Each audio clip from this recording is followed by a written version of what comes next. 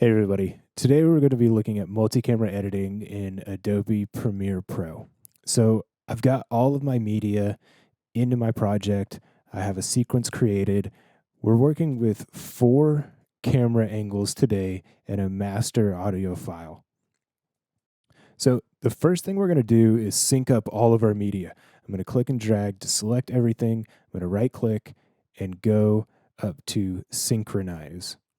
Now with this project, I know all of my audio is the same. We just have reference audio for our camera audio and then a master audio recording. So I'm going to select audio. Now, if you have timecode embedded on all of your media, you can select timecode. It'll sync that way. But for this one in particular, I'm working with audio. So I'm going to hit OK. And now Premiere is going to analyze all of the waveforms and sync everything up.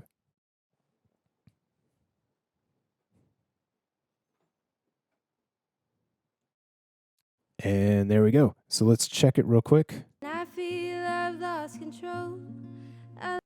Sounds pretty good.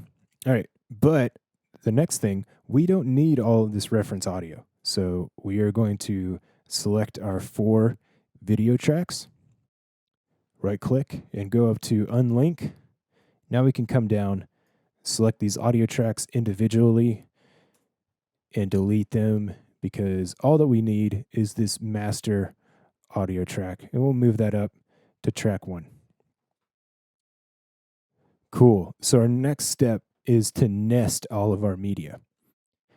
And we'll select everything, right click, and come up to nest. And we'll just call it nest. Hit OK. And it's going to compile everything down into one track. So all of our media is still here. It's just embedded within one piece of media. All right.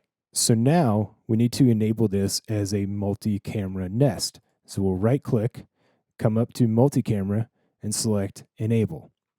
And now we'll see we have MC1, which is telling us that this is a multi-camera enabled nest and we are on camera 1. Okay, so the next thing we're going to do is add 2 buttons. We're going to come to our button editor and make sure we have multi-camera record on off toggle and multi-camera view. And we can just click and drag these down into this little bar at the bottom of our program monitor. And once we have both of these, we'll hit OK. So now that we have our nest selected, we can toggle our multi-camera view in our program monitor, and it will show us everything contained in that nest. So we have all 4 of our camera angles here, plus our main program out. So we're pretty much ready to edit now. One more thing to note, if you're having playback issues when you do this, you can adjust your playback resolution by this little drop-down menu right here. Just click on it. By default, it's probably going to be in full. Most of the time when I'm doing this, I'll select half or quarter just to make sure playback is relatively normal. It's not going to look that great, but it's going to help our machines function better, and we're not going to get a bunch of lag and everything like that. So once that's selected, we have our nest, it is enabled. We have our multi-camera view up and ready.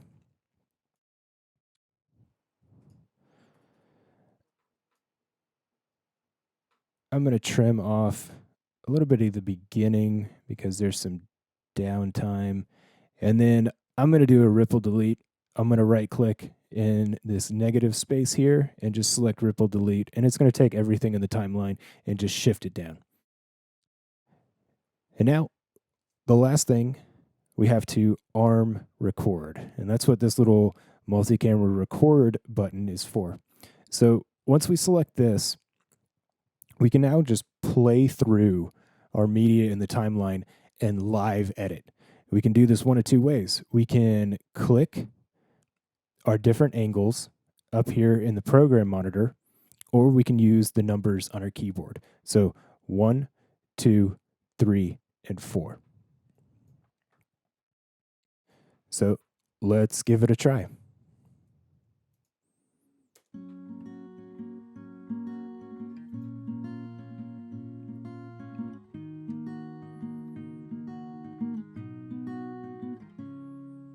Sometimes when I'm low and I feel I've lost control, I like to think about where I have been,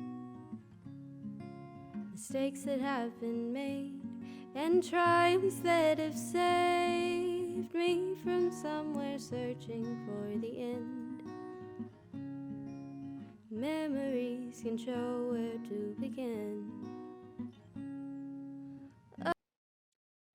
And I'll go ahead and stop there. And now, if we go back to our timeline, we'll see that wherever we selected a different camera angle, it has made an edit. So now, if we jump back through, we can see all of our different edits that we made.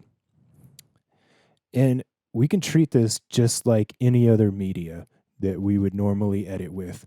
We can trim, and since today we're working with audio, editing to the beat is a big thing. So maybe if we've gone through and we've kind of missed some points, we can just clean up our edit. We can add transitions.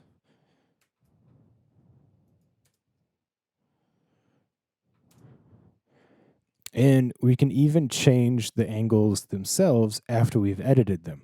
So whatever angle we're selected on, as long as it is selected, we can come back up here and we can just click and it's going to change that angle. And you'll notice each of these has a little label on it, and it's that original multi-camera label that's letting us know that this nest is multi-camera enabled, but it also has a number next to it and whatever the original file was called.